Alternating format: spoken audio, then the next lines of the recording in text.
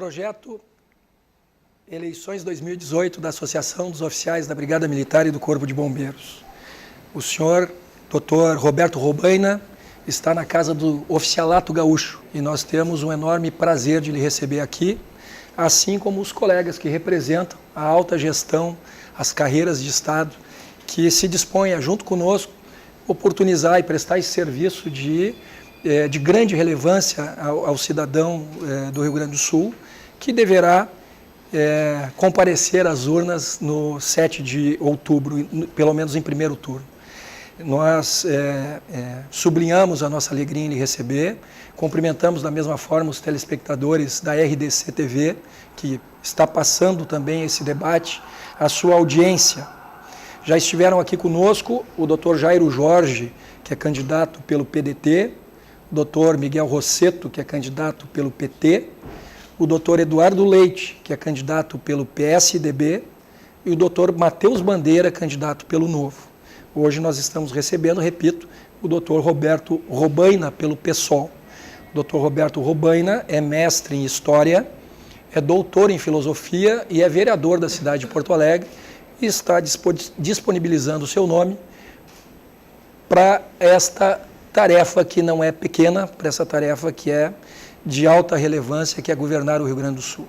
E nós todos queremos saber como o senhor pensa o Rio Grande nos próximos 4 anos, por isso aqui estamos reunidos com a doutora Bárbara Sartori, que representa aqui os defensores públicos do Estado do Rio Grande do Sul, o doutor Felipe Costa Leiria, que está aqui trazendo a voz dos auditores do Estado, o doutor Diego da Silveira, que vem representando os auditores fiscais pelo Sindifisco, e a doutora Marcela Farias Vargas, que é a presidente da Associação dos Procuradores do Estado. Nós renovamos a nossa alegria em receber as entidades e, neste momento, também, antes de lhe passar a palavra para suas considerações iniciais, nós gostaríamos de sublinhar que convidamos a todos os candidatos ao governo do Estado e que, lamentavelmente, nem todos tiveram ocasião ou agenda de virem ter com a alta gestão do Estado. Todos, de uma forma ou de outra, anunciam que valorizam o funcionalismo público estadual, mas nem todos têm a agenda para comparecer e prestar esses esclarecimentos que são de alta relevância. Dito isto, e também pedindo escusas à nossa audiência, ao nosso associado, em razão dessa disfonia, eu lhe passo a palavra pelos próximos 5 minutos para suas considerações iniciais. Eu queria agradecer e dizer para vocês que até me surpreendeu essa informação. Tu não falaste o nome do candidato, mas citaste vários. Então, só se foi o Júlio Flores, que não esteve aqui, ou o atual governador Sartori, não, porque os demais nomes o senhor citou. E, de fato, se foi o governador Sartori que não esteve aqui, eu considero muito grave, porque para governar o Estado, nós estamos na casa dos oficiais. E entre auditores, defensoria pública, procuradores. Então, realmente, eu tive num debate com os servidores públicos organizado pelo CEPERGS, pelo Sindicaixa, por várias entidades sindicais, na qual também o governador Sartori não esteve presente. Eu achava que, pelo menos nas carreiras do Estado, o governo Sartori participaria. Eu, sinceramente, não sei como e com quem que o governo Sartori pretende governar, se ele quiser realmente continuar mais 4 anos. Porque sem os servidores públicos é impossível governar. Então, para mim, é uma obrigação vir aqui, conversar com vocês, também escutá-los. Eu conheço boa parte das entidades que estão aqui presentes, já tive a oportunidade de reunir com os auditores, com os procuradores, e aqui é a primeira vez nessa oportunidade com os oficiais. E no caso dos oficiais, vocês têm uma responsabilidade ainda maior, porque, infelizmente, quando o Estado social diminui, a tendência sempre, a defensora pública conhece bem, é aumentar o Estado penal, o Estado policial, o que eu acho uma tragédia, eu não acho bom. Eu acho que o fato de que cada vez mais o tema seja um debate sobre segurança pública em eleições políticas como as nossas, demonstra uma decadência da sociedade, porque significa que se a pauta da segurança está aumentando, isso quer dizer que a violência está aumentando. Porque se não estivesse aumentando, nós não estaríamos discutindo segurança pública como um dos eixos. E eu, efetivamente, sei que saúde é um problema terrível, educação é um problema terrível, mas qualquer um que acompanha a política sabe que, atualmente, segurança pública está... Não sei qual é, em termos de opinião pública, mas isso é irrelevante. O fato é que o tema segurança pública preocupa muitíssimo e nós estamos vendo uma situação muito grave nessa área. Nós temos uma compreensão e a nossa disposição de participar de um pleito como esse, para que os telespectadores possam acompanhar, é porque nós vemos a situação política muito grave no país e no Estado, onde existe uma crise profunda de representação. Nós temos um colapso do processo de representação política no Brasil. Desde que terminou o regime militar, a partir de 84, a primeira eleição presidencial que nós tivemos foi em 89, nunca nós tivemos uma situação de déficit democrático tão grande. Porque antes nós tínhamos um déficit democrático absoluto. No regime militar não se podia votar. Então, era um déficit absoluto, não se podia votar nem para prefeito, nem para vereador, era um processo sem democracia nenhuma, sem possibilidade de se expressar, sem possibilidade de reunião. Depois da queda da ditadura militar, nós igual ficamos com déficit democrático. Esse déficit democrático ele é muito ligado ao fato de que nós temos uma democracia capturada pelo poder econômico, pelo poder das oligarquias financeiras, o peso dos bancos, o peso das empreiteiras. Agora, nós já tínhamos tido em 93 um escândalo ligado às empreiteiras, que provocou até a CPI, chamada CPI dos anões, CPI do orçamento, que estava ligado à roubalheira das empreiteiras. Bem, novamente, quase 20 anos, 18 anos depois, enfim, novamente nós tivemos a demonstração das empreiteiras como corruptoras. Porque às vezes se fala muito dos corruptos, mas também tem que falar das corruptoras, de quem corrompe. Então, é uma democracia capturada pelo poder econômico. E agora nós temos essa situação nova, que é a crise da representação também, que é a falta de representação, os partidos políticos sem nenhuma credibilidade. E nós somos um partido que surgiu justamente fazendo a crítica a esse sistema. Não é à toa que esse sistema tem uma divisão tão desigual, por exemplo, do tempo de televisão. Nós, do PSOL, temos um tempo ínfimo na televisão, porque o sistema eleitoral é montado pelos mesmos partidos que sempre governaram. No caso específico dessa legislação eleitoral que nós estamos falando, que é a que está em vigor nessa eleição, quem foi o chefe da reforma que produziu esse sistema eleitoral, que todos nós colocamos como um sistema democrático, foi ninguém menos do que o Eduardo Cunha, que hoje está preso. Então, da cabeça do Eduardo Cunha, pelo menos nós do PSOL, estamos convencidos que não poderia ser produzido nenhuma peça realmente democrática. Então, nós estamos numa eleição com muito pouca democracia. E nós, nessa eleição, nós vamos fazer um chamado para que as pessoas não votem naqueles que governaram, nós vamos fazer um chamado para que as pessoas não só discutam, porque uma eleição não é só o momento de decidir quem vai governar. Isso é muito importante, decidir quem vai governar. Mas uma eleição também define que ideias vão se fortalecer e que ideias não vão se fortalecer. Nesse caso, inclusive, nós temos uma oportunidade, porque nós temos uma eleição em 2 turnos, então isso facilita que também a eleição não seja simplesmente a escolha do mal menor, seja um momento em que as pessoas possam escolher que propostas elas querem que se fortaleçam. Eu não sei o tempo que eu tenho, porque eu vou falando e eu, nisso aí, tenho 4 minutos. E o total é 5. Ah, são 10 minutos, é que o senhor falou em 5, então... 5 no final. Perfeito. Finais. Então, o tema eleitoral para nós, esse nosso chamado a fortalecer determinadas ideias é fundamental. E, no decorrer desse programa, nós vamos poder discutir que ideias são essas. Como nós estamos entre os oficiais, eu queria começar sobre segurança pública. E depois, talvez, como temos defensores e auditores, o tema da segurança pública para nós é muito grave. Como eu dizia no início, o Estado social está diminuindo. E, na medida em que diminui o Estado social, aumenta o Estado penal. Isso é quase que uma lei. Por que assim? Porque, na medida em que a sociedade não tem oportunidade, a sociedade vai se deteriorando em todos os terrenos. E como nós temos uma política dominada por esquemas de corrupção, também no terreno civilizatório, moral, nós vamos desorganizando. A sociedade está desorganizada, está sem referências, a juventude está sem perspectiva e há uma situação de violência cada vez maior. Portanto, se nós não discutirmos um plano sobre segurança pública, é muito difícil eu poder avançar. E esse debate sobre segurança pública, para nós, é chave, porque tem vários temas aí envolvidos. É óbvio que numa eleição de governo estadual, ela tem limites, porque a legislação sobre segurança pública é basicamente nacional. A legislação é nacional sobre segurança pública, embora se tenha também possibilidades de fazer política local. Nós queremos debater, e debater com os oficiais, isso é muito importante, porque nós opinamos que existe, como já mais ou menos está consensuado no debate público, a necessidade de haver aumento de efetivo, aumento da infraestrutura. Ninguém contesta, por exemplo, a necessidade de ter contratação de policiais militares, policiais civis. Ninguém contesta a necessidade de haver o chamado dos trabalhadores que fizeram o concurso da SUSEP, até para que possam fazer com que os agentes penitenciários sejam os que se ocupem do presídio central e não, como é hoje ainda, a Polícia Militar. Eu acho que desde 94 que a Polícia Militar está no presídio central, que não é a sua atribuição. Então, há medidas necessárias que envolvem recomposição de efetivo, que envolvem infraestrutura, e isso, evidentemente, que está relacionado com recursos públicos.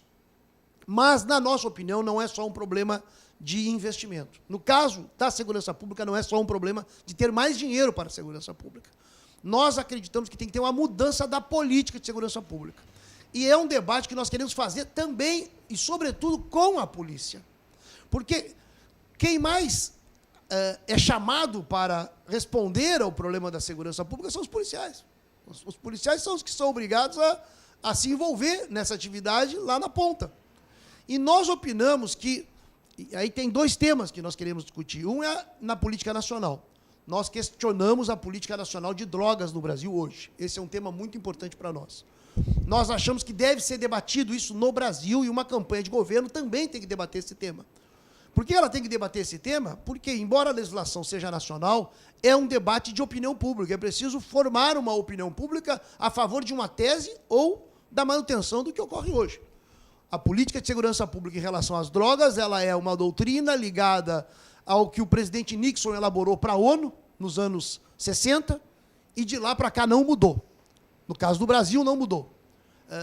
Nós temos definido que essa chamada guerra às drogas, na verdade, tem sido uma guerra contra a pobreza, contra os jovens da periferia, porque faz com que a nossa polícia tenha como orientação central o combate ao comércio ilegal de drogas.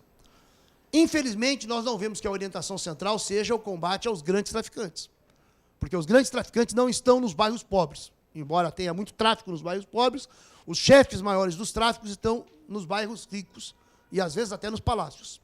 Então, esse é um debate para nós muito caro, até porque nós tivemos já uma vereadora assassinada no Rio de Janeiro, e o assassinato da Marielle Franco no Rio de Janeiro, ele teve relação também com algo que, na nossa opinião, é muito grave, e os oficiais devem estar preocupados, que é a corrupção no interior do próprio aparelho repressivo. Porque isso é uma novidade. No Rio de Janeiro, isso já é quase que de sentido comum, que uma parte importante da polícia militar, da polícia civil, nós tivemos agora vários delegados sendo acusados de participação no tráfico do Rio de Janeiro. No Rio Grande do Sul, essa situação ainda não tem, felizmente, nem comparação com a situação do Rio de Janeiro. Mas nós já também tivemos casos aqui de policiais envolvidos com o crime de drogas. Então, esse debate é um debate que nós queremos fazer com os oficiais, em primeiro lugar com os oficiais. Como não compete ao governo do Estado mudar a legislação, nesse caso é uma questão nacional, mas compete ao governo do Estado e compete ao governador orientar a polícia. E nós pensamos, e aí, obviamente, que por isso que é tão importante, na verdade, o diálogo e não simplesmente o que nós defendemos, porque, como eu disse no início, não tem como governar simplesmente defendendo uma tese. Se governa defendendo uma tese em diálogo com quem é parte do aparato do Estado. E os servidores e as funções de carreira têm uma importância-chave nisso. Doutor Robaina, Pode me interromper, eu evidentemente. Uma certa liberdade para avançar dos 10 minutos iniciais, das considerações iniciais, em face que nós estamos em menor número de entidades. Mas eu lhe pediria para a gente continuar com o nosso formato, o nosso modelo, e aí lhe encaminhar uma reflexão, uma palavra a partir dos auditores fiscais, na pessoa do doutor Diego, e nós vamos ter a ocasião de lhe formular também uma pergunta e, quem sabe, Desde já, eu me coloco assim, a Associação dos Oficiais da Brigada e do Corpo de Bombeiros, independente da moldura e do formato do nosso debate aqui, está à disposição para nós dialogarmos aí a respeito de qualquer situação, não só com relação ao candidato, mas também a ideologia do partido, no sentido da colaboração que nós podemos dar no formato, naquilo que se pensa do ideal para uma sociedade. Com a palavra, o doutor Diego.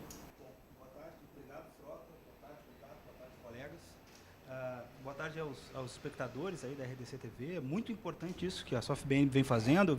Já participei de um, né? Estou no segundo, acho muito importante. E eu vou aproveitar, né, a deixa para trazer aí, puxar a brasa para o assunto que é o que a gente conhece, né? Esses problemas que o senhor já passou, já trouxe aqui, eles claro, né, o lado financeiro não é a solução para tudo, como o senhor mesmo disse, mas é claro que hoje nós vivemos uma crise, né? Há uma crise, talvez não tão ampla quanto propalada, mas que há uma crise, há um déficit aí. E eu queria saber quais são as suas propostas, porque nós entendemos que essa crise hoje, a solução dela se dá pela receita, porque a questão da despesa, de contingenciamento de despesa, tudo que tinha que ser feito já foi feito. E pela despesa nós não temos mais o que cortar, e até talvez o corte gere mais problemas ainda, né? Então eu queria saber quais os seus projetos aí para tentar superar esse déficit que se apresenta no Estado. Diego, né? Diego, a pergunta é muito útil e eu também tenho essa mesma apreciação. Nós opinamos que a questão é pelo lado da receita. Os economistas chamam em inelasticidade do corte de despesas, né? E isso, de fato, é assim, embora sempre tenha, se a gente botar uma lupa nos escândalos de corrupção, certamente se economiza também na despesa, né? E escândalos de corrupção ligados, por exemplo, às terceirizações da saúde, nós vamos ver que nós podemos economizar bastante também do lado da despesa. Vocês viram que no Fantástico saiu escândalos de corrupção em Canoas, em Triunfo, em Guaíba. Não? Então, a terceirização faz muito mal para a saúde e ela é produto também, provoca muitos escândalos de corrupção. Citei só 3 que foram as que saíram no Fantástico e denunciadas pelo Sindicato dos Trabalhadores da Saúde do Rio Grande do Sul. Essas terceirizações, por sinal, que agora provocaram a demissão, por incrível que pareça ontem, de 350 trabalhadores do Mãe de Deus, né? Então, nós temos uma situação muito grave. Sobre receita, eu acho que esse tema ele é fundamental. Tem 4 pontos, não tem muito mistério. Tem 4 pontos e nós queremos centrar o debate até no tema da receita, porque tem 2 questões vinculadas à receita que diz respeito diretamente ao governo do Estado e 2 ligadas à relação entre o Estado e a União. A primeira, que corresponde diretamente ao governo do Estado, e nesse caso vocês conhecem bem, é o tema da sonegação. Os técnicos da Receita têm uma estimativa que a sonegação, não a dívida ativa, a sonegação é de cerca de 8 bilhões de reais. Bem, segundo os técnicos da Receita, os técnicos tributários, eles fazem uma leitura de que o Estado, nos últimos 30 anos, tem contribuído, tem colaborado com o crime, porque sonegar é crime. Então, o Estado não tem combatido a sonegação. A falta de auditores, a falta de trabalhadores, pelo menos a metade do que é necessário. Então, não se investe alguns milhões que poderiam render bilhões e o Estado perde. Então, perde receita. Essa é a primeira. A segunda, 8 bilhões não é pouco recurso. 8 bilhões é o orçamento da educação. E nós temos um compromisso com o pagamento do piso do magistério e nós sabemos que se pode pagar o piso do magistério desde que se combate a sonegação. Se não se combater a sonegação, não tem como pagar nada. Vai se continuar, inclusive, com salários atrasados, como o Sartori faz. O Sartori diz que aumentou o combate à sonegação, mas é ínfimo o aumento. E ele aumentou porque aumentou o número de trabalhadores da Receita auditores. Por isso que ele conseguiu aumentar. Teve contratação de auditores. Mas aquém do que é necessário. Então, é um governo que, nesse sentido, não sabe investir, né, porque ele tem um caráter recessivo. Primeiro ponto, portanto, combate à sonegação. Segundo ponto, receitas ligadas a isenções fiscais. Eu tenho dado esse exemplo, nós temos ainda um Estado que dá isenção fiscal para a indústria do fumo, nós temos um Estado que dá isenção fiscal para a indústria automobilística, nós temos um Estado que dá isenção fiscal absolutamente injustificada para uma empresa como a Videolar, que em contrapartida deu 5 empregos. recebeu uma isenção de 380 milhões e deu 5 empregos. O Philip Morris, que recebeu uma isenção de 133 milhões e deu, em contrapartida, 26 empregos. São coisas absurdas. Nós não somos, a priori, contra qualquer tipo de isenção fiscal. Agora, por exemplo, no Vale dos Sinos vai ter um aumento do investimento da SAP, que é uma empresa de tecnologia alemã, na área de software. Bem, eles vão investir, vão aumentar, porque eles consideram que é útil a Unicinos, estão perto do Uruguai e da Argentina, e que vale a pena investir no Rio Grande do Sul. Por quê? Porque tem universidades. Agora, do jeito que nós estamos afundando. Todo mundo viu agora as notas do IDEB, o Rio Grande do Sul está em 15º. Sempre se falava que os gaúchos são orgulhosos porque têm uma educação muito boa. Que educação muito boa? Está em 15º. Nós estamos perdendo para Rondônia em termos de educação. Então, eu acho que são 2 pontos que estão ligados diretamente ao governo do Estado. Tem outros 2 pontos que a gente pode seguir debatendo, que aí eu não quero também... Como eu nos debates eu estou acostumado com os cronômetros, eu não me... Ah, tenho. Ah, então tem campanha, está ótimo. 2 temas que são, além desses 2, isso é importante, Diego, pelo seguinte, sonegação, é só nós que, se vocês já tiveram outros candidatos, é só nós que estamos discutindo a coisa assim. Eu vi o candidato, com todo respeito ao Jairo Jorge, eu respeito muito o Jairo, não é questão individual, mas o Jairo disse que só reduzir imposto vai desenvolver o que... Isso é... O Partido Democrata nos Estados Unidos, qualquer um que acompanha a política dos Estados Unidos sabe que isso aí a direita dos Estados Unidos defende, coisa que não é assim, só reduzir imposto. Sim, eu também estou a favor de reduzir imposto do consumo, da classe trabalhadora, da classe média, mas não é disso que o Jairo está falando. O Jairo está falando que reduzindo imposto das grandes empresas vai provocar desenvolvimento econômico. Não é assim. Quem é auditor conhece, sabe que não funciona assim a economia. Isso aí são promessas para facilitar o discurso e ganhar votos, sinceramente. Então, eu acho que esses 2 temas são temas chaves. Combate à sonegação e questionamento das isenções fiscais. Depois tem a Lei Candir e a dívida, que eu quero voltar sobre eles.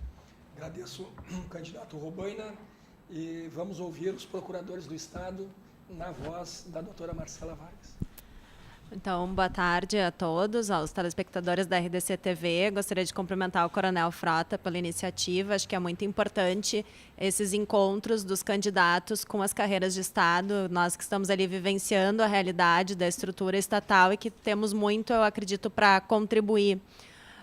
Na realidade, eu, enquanto procuradora de Estado, representante da nossa associação, os procuradores acabam tendo muito contato com todo esse sistema da administração de prestação de serviços, e nós sabemos que, sim, os temas centrais são a segurança pública, a educação e a saúde, e, infelizmente, sem o dinheiro fica muito difícil. Obviamente, nós temos que buscar alternativas criativas, mas sem dinheiro nós não conseguimos, efetivamente, cumprir o peso do magistério, como o CEPERS pleiteia. Nós não conseguimos com muita dificuldade, talvez, criar novos sistemas, novas vagas no sistema prisional, que é um problema.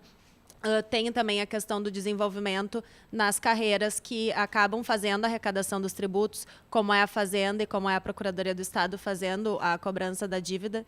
Então, a gente vê que realmente o tema central da arrecadação é importante, né? Eu acredito que as despesas já foram enxugadas, o que deu, e que, inclusive, foi mais do que o possível, porque hoje nós estamos realmente com prejuízo. Então, eu vou até ajudar a tua ideia de continuar falando um pouco sobre a arrecadação, porque a Procuradoria do Estado tem atuado junto ao STF, agora não, com a AGU também, com a STN, tratando do regime de recuperação fiscal e da dívida com a União. O governo atual acredita que a única alternativa seja a adesão ao regime de recuperação fiscal. Nós estamos aí para mais de um ano com uma liminar no STF que nos autoriza a não pagar a parcela da dívida, que realmente prejudicaria ainda mais a situação do Estado, mas sem adesão ao regime nós temos um passivo. Então, eu gostaria de saber do senhor qual é a sua opinião sobre a adesão ao regime. Caso contrário, qual seria a alternativa de fazer isso, considerando também todo o passivo que ficou para trás? Obrigado, Marcela de Farias Vargas. Não pode dizer a origem familiar está liberada. É bisneta do Vargas? Isso. Bisneta do Getúlio Vargas. É importante. Sabe, Marcela, eu acho assim, ó, o Sartori, ele tem insistido. O Sartori está com um programa claro. Eu não acho que o Sartori não tenha programa, ele tem um programa claro. E o ponto 1 do programa dele é a adesão ao regime de recuperação fiscal. Eu acho que é uma furada. Não é um programa... Eu chamei... Esse é um programa de rendição completa.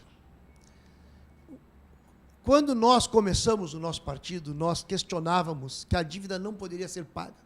Continuamos dizendo que a dívida não pode ser paga. Isso foi em 2006. Quando nós dizíamos isso, o senso comum, que é formado pela opinião pública e, sobretudo, formado pela grande mídia, então, o senso comum não cai do céu, ele é formado pela mídia, definia que isso era algo que não se podia discutir. Isso é suspender pagamento da dívida, isso não está em questão, isso não existe. É um assunto fora da lógica da disputa real. O real tem que pagar, discute se vai ser juros de 6% ou 4%. Isso é o... Bem, e nós falávamos que se o Estado continuasse pagando, o Estado ia entrar em crise fiscal. Bem, foi o que ocorreu.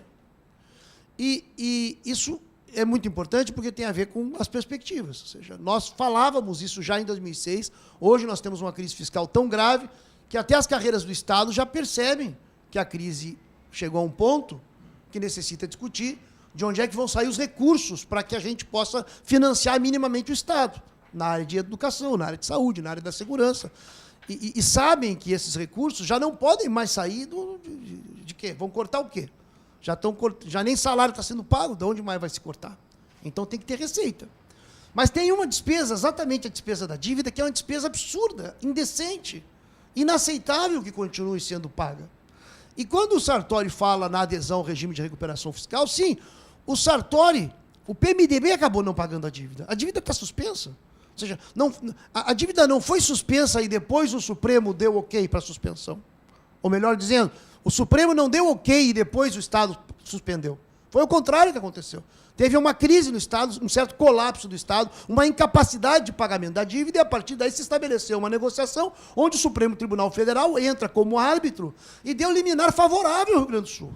Suspendeu o pagamento com liminar favorável. O Supremo Tribunal Federal, que, digamos assim, quem está acompanhando a política brasileira sabe que o Supremo Tribunal Federal não é lá o órgão máximo da justiça justa, não é assim. O Supremo Tribunal Federal, infelizmente, se envolve demais em política. Tem pouco de Supremo, de justiça imparcial, e muito de um Supremo que se envolve nas disputas políticas. Então, o Supremo Tribunal Federal deu ganho liminar para o Rio Grande do Sul, porque sabe que o Rio Grande do Sul não podia mais seguir pagando a dívida, porque o Estado do Rio Grande do Sul está falido. E não pode ter um Estado com 11 milhões de pessoas falido no Brasil por o tempo inteiro. Ele tem um limite à falência de um Estado, porque é uma crise que já Minas Gerais tem falência também. Olha o que é o Rio de Janeiro, o segundo Estado do país falido.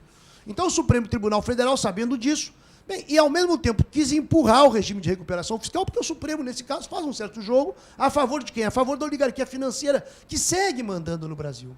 Segue com um poder indevido. Não é mais possível a oligarquia financeira mandar como manda. Os oficiais, eu vejo que às vezes tem gente que fala, coisa que não tem nada a ver comigo, intervenção militar é desespero.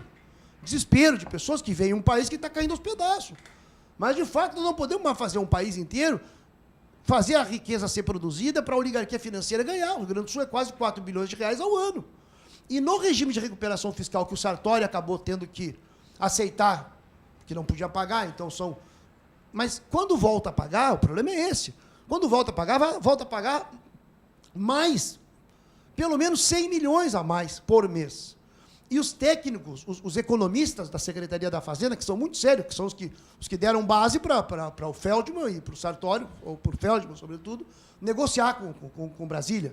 São os economistas que escreveram um estudo sobre a situação econômica do Estado, que está no site da Secretaria da Fazenda, um estudo muito bom, é um estudo muito bom, que mostra a inelasticidade das despesas, que mostra, nesse estudo, que se a dívida for resolvida, o déficit fiscal é sustentado no Rio Grande do Sul. Eles fazem essa definição. Hã? Mantendo a líquida e com a dívida não sendo paga, o déficit é sustentável. Mas daí eles mesmos colocam que o déficit é sustentável, mas quando volta o pagamento, fica insustentável de novo.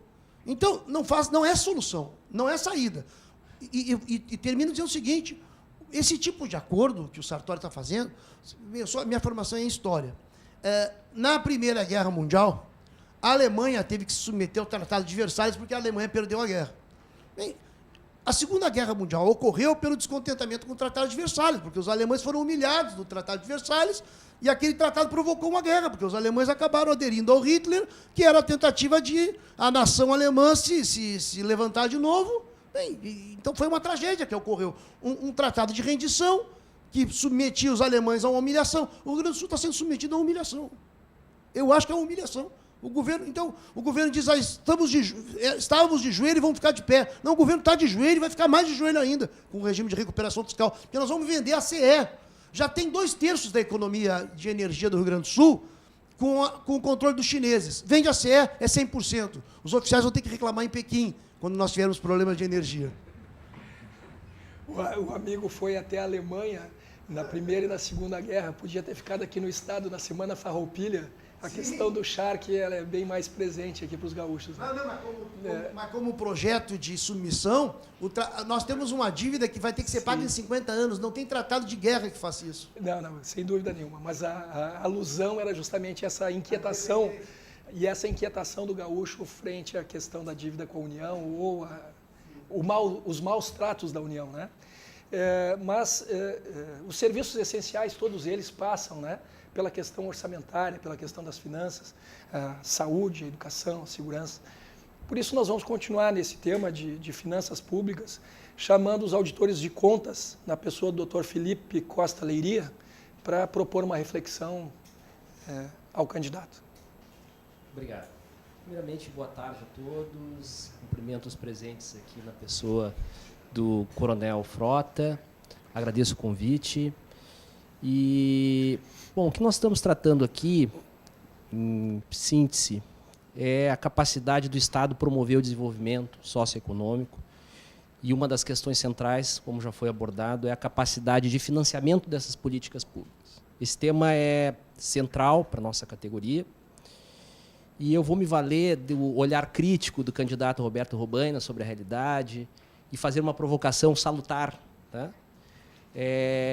O que nós nos deparamos no nosso cotidiano é um certo enrijecimento da capacidade do administrador, muitas vezes, colocar em prática o seu projeto. Né? O senhor tem feito um discurso importante de se posicionar como uma candidatura de ruptura, né, de muitas situações que estão estabelecidas.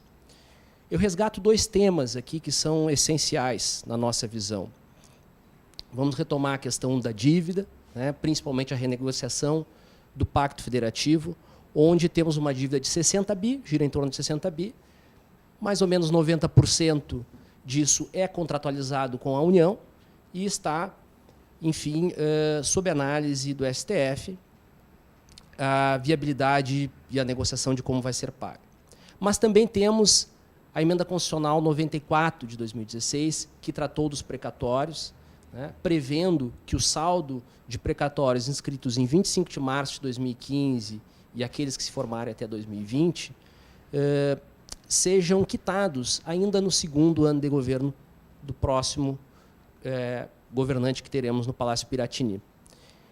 A minha questão, então, é justamente como traduzir todas essas intenções que a candidatura do PSOL, né, a sua candidatura, tem, traduzir essas questões de ideias para práticas, porque o cotidiano do administrador vai ser esse. Né? Nós vamos ter que debater essas grandes questões pagando a folha. Evidentemente, eu sei que essa pergunta não tem uma resposta simples, mas se a gente puder explorar um pouco mais esse aspecto, como vocês enxergam, como a sua candidatura enxerga o tratamento dessas questões? Qual a posição do senhor sobre elas e por onde passa o encaminhamento delas vindo a ser o novo governante do nosso Estado? É muito importante, Felipe, a tua pergunta, porque a prática ela não tem como se materializar se não tiver ideias. Nós temos uma prática que é a prática usual, a prática tradicional, a prática da política dominante está aí. Essa prática está em vigor e ela é produto de determinadas ideias. respondendo a determinados interesses. Nós, de fato, temos uma posição que é uma posição contra a corrente, porque os interesses que nós defendemos não são os interesses da oligarquia financeira, dos grandes grupos empresariais, dos bancos, das empreiteiras, dos latifundiários, que dominam a política. Eles dominam a política. Quem tem dominado a economia tem dominado a política. É isso que está ocorrendo. O Rio Grande do Sul tem muito peso, por exemplo, o latifúndio no Rio Grande do Sul. O interior do estado do Rio Grande do Sul tem muito peso o latifúndio.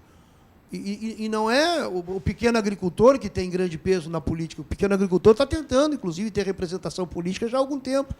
Mas nós temos 3.500 fazendeiros no Rio Grande do Sul que detêm 33% das propriedades.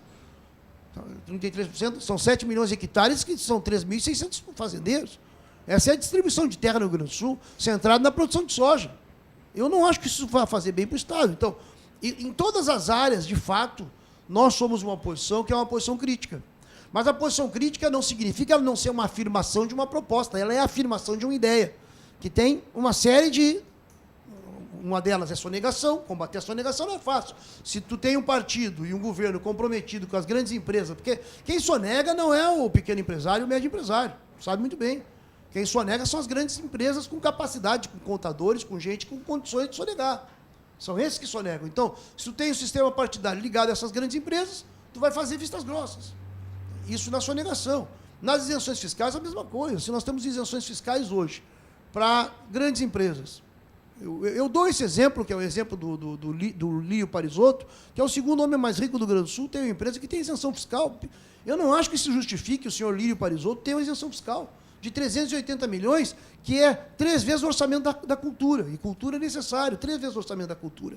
Então, como é que as nossas ideias podem ser postas em práticas? Em primeiro lugar, discutindo as nossas ideias e tratando de ganhar gente para elas. Nós, quando fazemos uma reunião como a reunião com vocês, é muito importante, porque vocês são carreiras do Estado. Vocês formam também a opinião do Estado. Quando nós estimamos tanto conversar com uma entidade dos oficiais da polícia, porque os oficiais têm peso. Os oficiais são uma categoria que tem uma capacidade de intervenção, de mudança na realidade. Agora, se os oficiais, se os auditores, se os trabalhadores das carreiras do Estado não tiverem a compreensão de que, se nós continuarmos do jeito que nós estamos, a situação vai piorar, então é muito difícil. E eu nisso confio na força das ideias e confio também na inteligência das pessoas, para que as pessoas vejam, olha, a situação está realmente piorando. Então, nós oferecemos o quê? Nós oferecemos uma bandeira sem mancha, para poder debater nossas ideias. Nós somos uma bandeira sem mancha.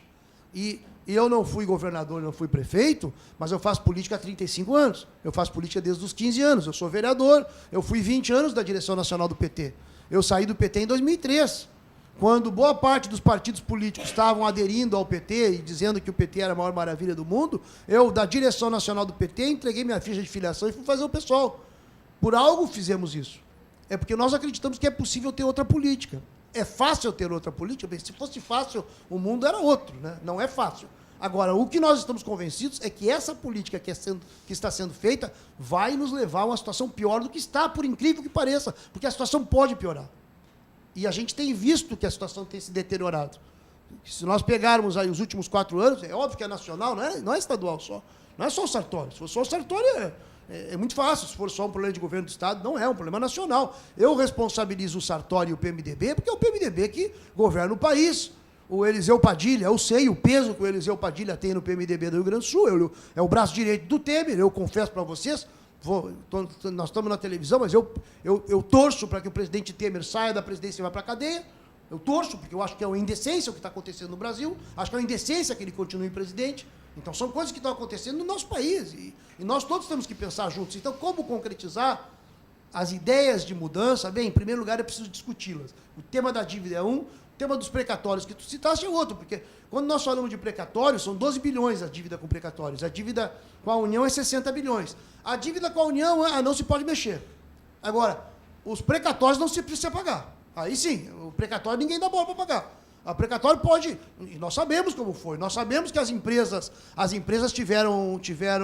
podem comprar a dívida que elas têm com o Estado em precatório, o que é uma loucura. Como é? Se está em dívida do Estado, uma família, uma senhora, uma aposentada, Se tem não consegue nunca receber a dívida do Estado. Aí vem uma empresa que quer comprar a dívida com desconto, ela vende, é um desespero das famílias para receber. Então é um desrespeito não pagamentos precatórios. E toda a legislação e a mudança é uma chantagem para que as pessoas se desfaçam logo do seu direito de receber. E, obviamente, quando a pessoa está desesperada para receber e vê que não tem não tem uma luz no fim do túnel, ela vende para essas empresas, que ficam o benefício dessas empresas é justamente não pagar a dívida com o Estado.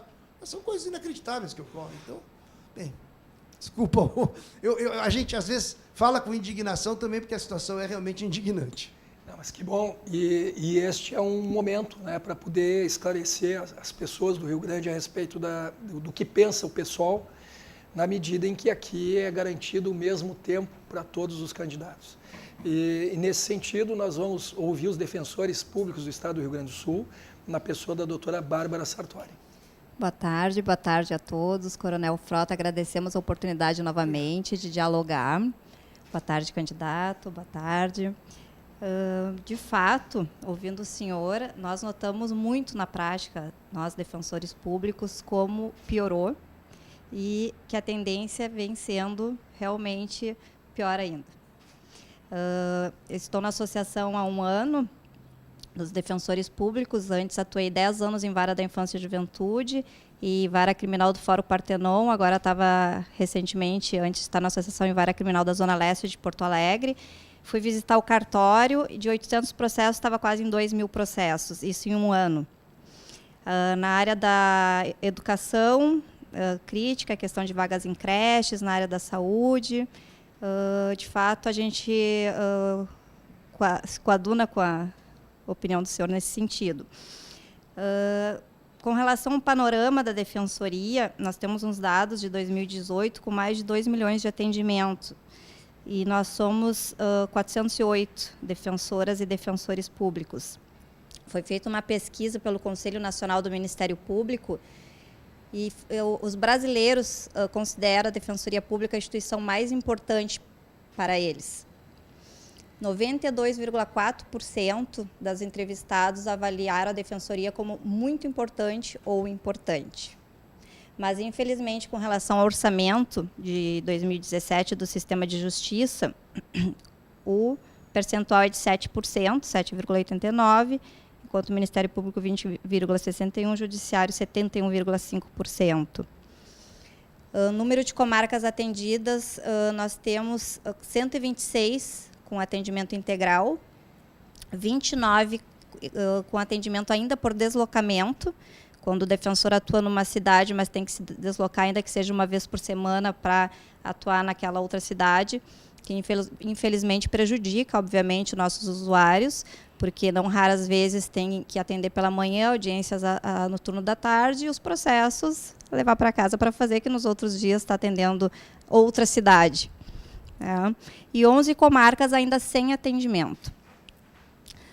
Nós atendemos, né, não precisamos dizer, mas sempre é válido, a população carente, vulnerável, de suma importância, principalmente nesse tempo de crise. Os processos na vara civil, por exemplo, é só dívida. Dívida de condomínio, dívida da locação, dívida de cartão de crédito, é o que a gente pega no dia a dia. E existe uma emenda constitucional número 80 de 2014, que ela fala que até 2022 o poder público tem que universalizar o sistema, o acesso à justiça, e ter defensores públicos em todas as comarcas. Então, nosso questionamento vem nesse sentido. Como é que o senhor vê essa questão, como pretende atuar para esse intuito? Olha, doutora Bárbara, eu sou fã dos defensores públicos, das defensoras públicas, fã. Assim como eu sou fã dos auditores também. Eu sou fã dos auditores porque sem auditores e sem técnicos da Receita, o Estado não tem como ter recursos. Não tem. É prático isso. A Receita só vem com o trabalho dos auditores. E os defensores públicos e defensoras públicas têm um papel enorme. E eu sei que o meu filho trabalhou como estagiário entre os defensores. Eu conheço bem também por ele, porque ele é advogado, agora está com 30 anos. E portanto, acompanho como vereador também o esforço dos defensores, todos os tipos de problema. essas questões vinculadas com moradia, que as pessoas têm uma situação precária de moradia, e aí o abandono é realmente muito grande, né? E as pessoas pobres é que necessitam da Defensoria Pública. E, infelizmente, o investimento é muito menor na Defensoria Pública do que deve ser. Tem a ver, na minha opinião, também com isso, com essa definição que eu fazia no início, de que o Estado social vai diminuindo e vai aumentando o Estado penal e o Estado policial. E não acho que... E, portanto, vai carregando, vai obrigando os policiais civis, militares, a fazer um sobre-esforço, porque são obrigados a cumprir tarefas que numa sociedade minimamente normal eles não teriam que cumprir. O nível de risco de vida aumenta, e, além do mais, nós sabemos que a polícia atua sem infraestrutura, coletes vencidos, então, numa sociedade cada vez mais violenta. Então, a Defensoria Pública é muito importante, a pressão dos defensores públicos para que a gente restabeleça o Estado social. Porque, na verdade, os defensores públicos também acabam sendo bastante requisitados, só que pelo povo. E como o número é menor do que necessita, e como a demanda aumenta, então vocês ficam sobrecarregados. Os defensores públicos trabalham sem parar. Eu acho que estão menos valorizados também pela população.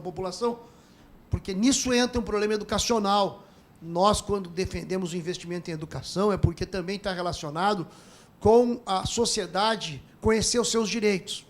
E muita gente não conhece o trabalho dos defensores públicos. Isso, nós precisamos aumentar essa relação entre os defensores públicos e a sociedade, de modo geral. Para que as pessoas... o contato e a relação com os defensores públicos, ela vai estabelecendo na sociedade, para aquelas pessoas que necessitam da defensoria pública, um incremento da consciência dos seus direitos também, porque os próprios defensores vão auxiliando em todas as áreas, na área da moradia, na área judicial. Então, é uma categoria-chave para nós temos uma consideração enorme. A nossa posição é uma posição de defesa, de incentivo, contratação de mais defensores públicos, falta de defensores públicos, é chave para nós isso. É um grande auxílio para um projeto de governo de mudança. Muito obrigado. Muito obrigado, doutora Bárbara, doutor Robaina. Eu vou lhe propor uma reflexão sobre segurança pública, muito mais no sentido de saber como seria ou como será a segurança pública nos próximos 4 anos, se a candidatura do PSOL for vitoriosa nas urnas. Porque, na verdade, há uma realidade brasileira que nos traz a um incrível número, cifra, estatística, como se pessoas fossem números, de 64 mil mortos no ano passado.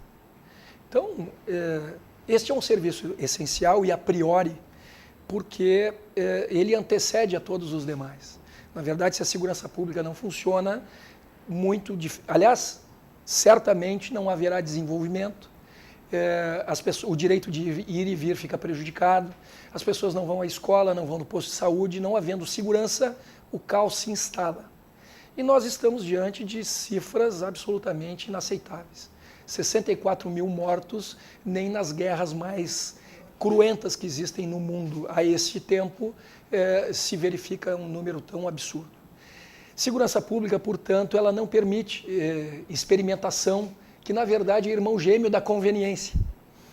Aquele que for governar o Estado deve começar a partir do dia 1º de janeiro a implementar uma política de segurança que, a nosso juízo, e desde já repetimos, sublinhamos que estamos à disposição, nós, os oficiais da Brigada e do Corpo de Bombeiros, para debater a questão da segurança pública a fundo com todos os partidos que têm bancada na Assembleia, que têm representação, enfim.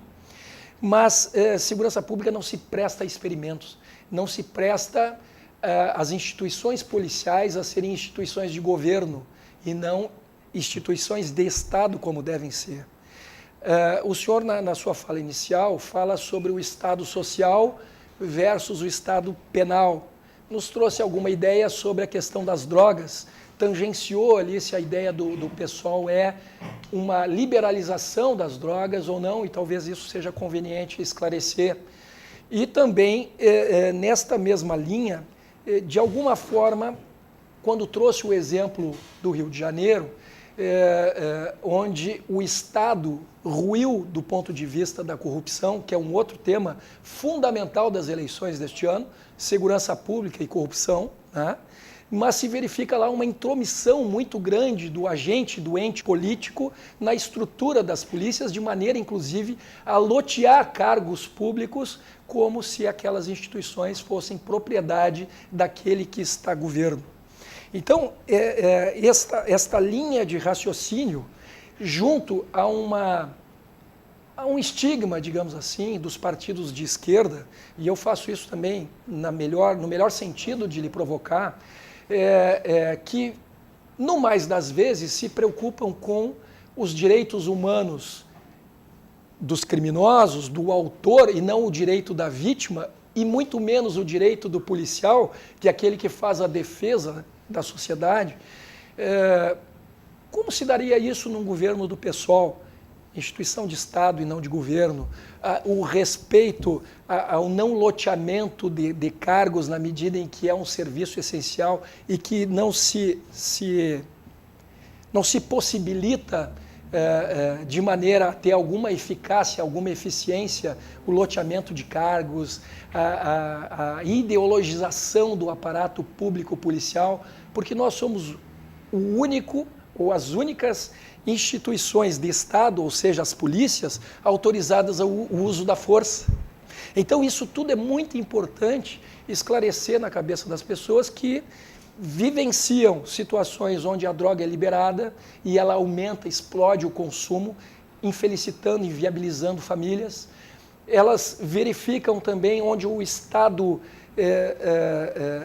intervém demais na sua estrutura policial, este aparato, né, que torna ineficiente, ineficaz as instituições, e lá pelas tantas o senhor diz uma necessidade do aumento de efetivo e tudo mais.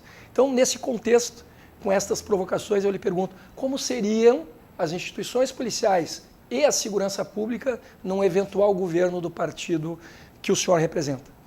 Sua pergunta é muito boa.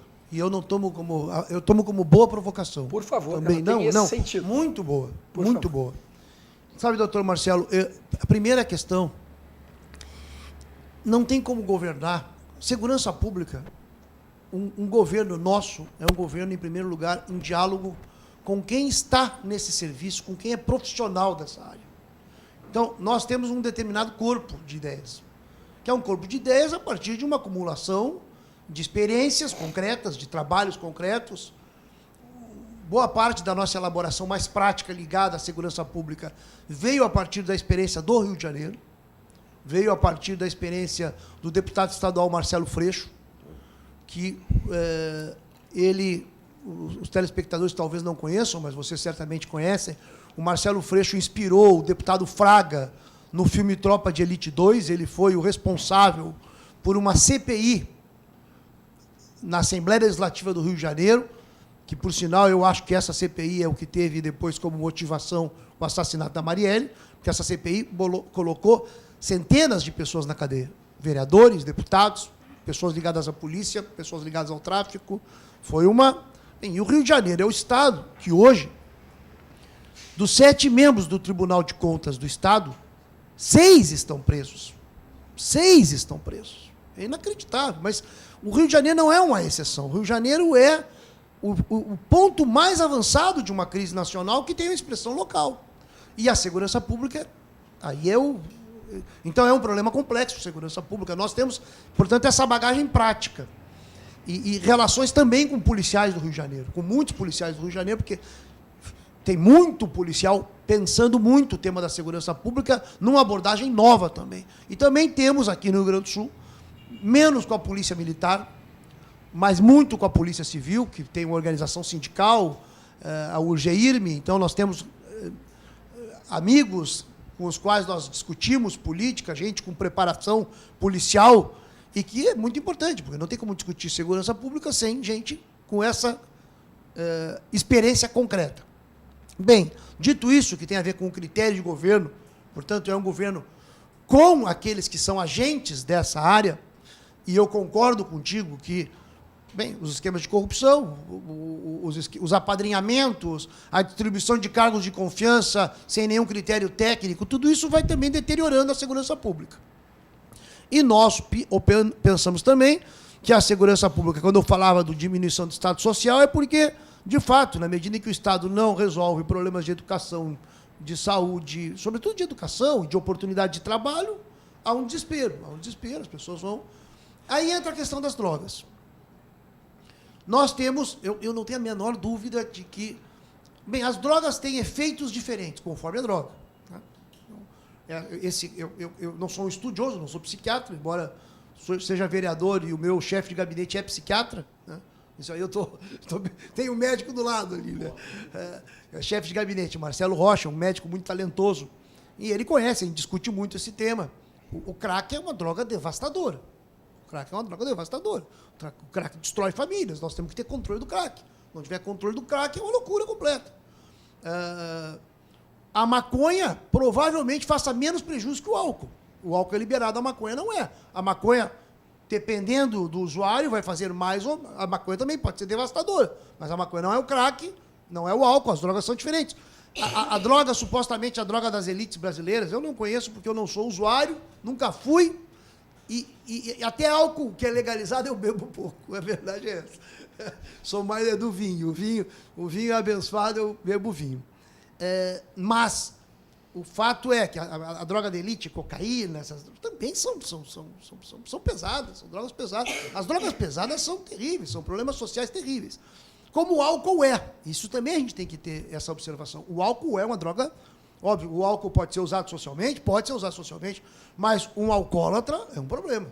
Um alcoólatra é um problema. Bem, qual foi a experiência dos Estados Unidos? Nós temos experiências. A experiência dos Estados Unidos com a lei seca de proibir o álcool foi isso, tem estudos e mais estudos. A máfia cresceu nesse momento nos Estados Unidos. Ganhou corpo. Qual é o ponto que tem? As drogas são um mercado altamente lucrativo. Altamente lucrativo. No capitalismo, atualmente, só tem dois mercados. São os dois mercados, por incrível que pareça, essa é a tragédia, por isso que não é fácil mudar. Os dois mercados, as duas produções maiores, hoje em dia, é de armas e de drogas. Esse é o mundo. Primeiro é armas, depois é drogas. Então, o comércio de drogas, ele garante um lucro altíssimo, porque justamente ele é o lucro ilegal. E vocês sabem muito bem, conhecem, porque estudam o assunto, vivem o problema, no combatê-lo, que na medida em que é um lucro ilegal, a concorrência que se estabelece, ela já não é uma concorrência de investimento de capital, de expertise, do sentido da inteligência, da capacidade, da produtividade, não. A concorrência é estabelecida pela força da violência. Então, quem garante a violência mais efetiva controla o mercado.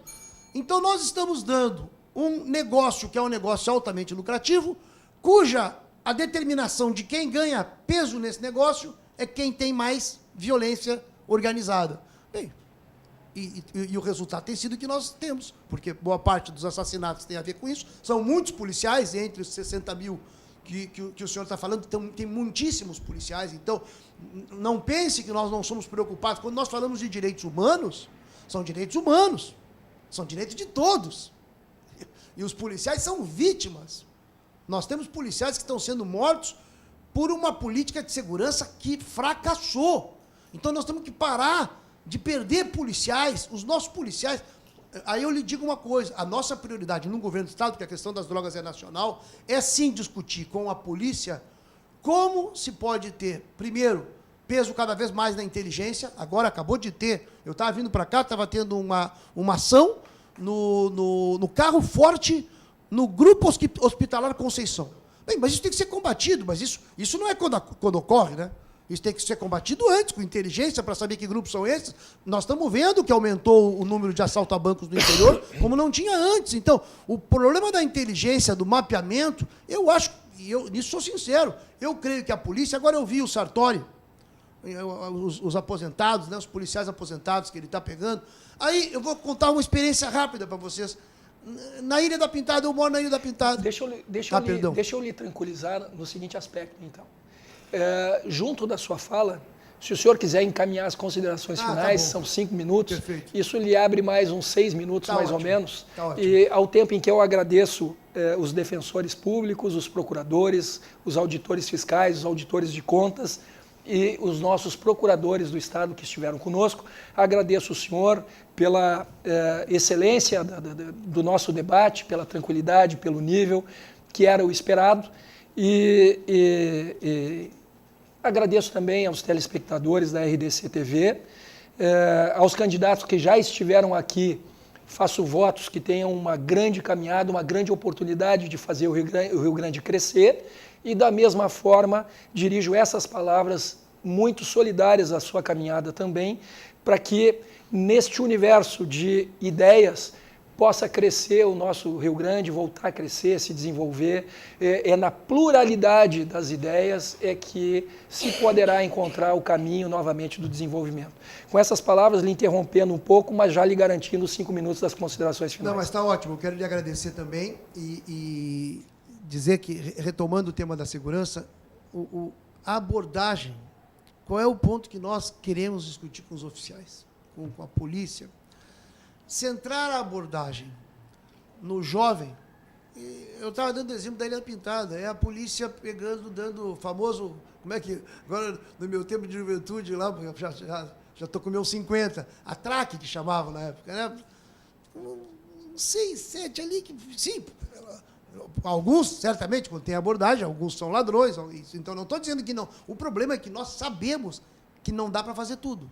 Tu não pode combater, na mesma situação, o ladrão de celular, o jovem que está passando droga num bairro, o autotraficante, os assaltantes de banco, as gangues ligadas a tráfico de órgãos. Tu tem que priorizar. Porque nós não temos polícia para atacar no mesmo nível, os coronéis sabem, os oficiais sabem, por igual.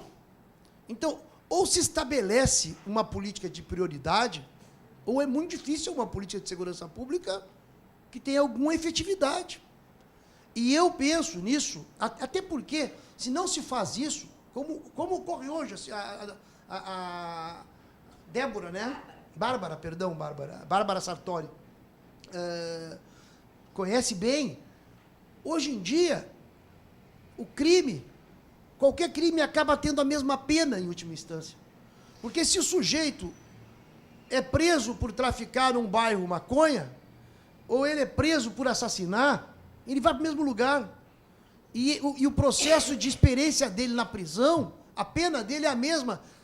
E não é possível. Então, os crimes contra a vida estão bastante banalizados. Eu acho que os crimes contra a vida estão banalizados. A nossa prioridade é combater os crimes contra a vida. O homicídio, o latrocínio, o feminicídio, os crimes contra as mulheres. Nós temos crimes contra as mulheres, os defensores públicos sabem disso. Nós só temos aqui em Porto Alegre, nós só temos 2 casas de defesa das mulheres, né? Então, as mulheres, e nós tivemos só em 2017, 22.500 casos de mulheres com lesões corporais. Então, isso tem que ter. Então, eu queria agradecer a vocês, o debate, a oportunidade, o convite dos oficiais, os auditores, os defensores, os procuradores. Para nós é uma honra poder participar dessa conversa. Nós queremos pedir, sim, o apoio da população, porque, como eu dizia no início, uma eleição ela é uma escolha de quem governa e ela é uma escolha também de que ideias serão fortalecidas, que propostas nós vamos fortalecer para o próximo período. Nós sabemos que existem muitas propostas no cenário político, sabemos que tem uma crise muito grande no cenário político, mas nós confiamos na participação popular. Com a participação popular da juventude, da comunidade LGBT, do movimento negro, dos trabalhadores, dos servidores, da alta cúpula dos servidores públicos, nós vamos poder construir um campo de ideias, propostas concretas para melhorar a vida da nossa sociedade. Então, eu queria agradecer vocês e dizer que também, como vereador, estou à disposição, o pessoal, como partido, está à disposição dos oficiais, dos auditores, dos defensores públicos, dos procuradores, porque nós acreditamos no debate democrático e na construção coletiva de saídas para a crise. Muito obrigado. Muito obrigado, doutor Robaina.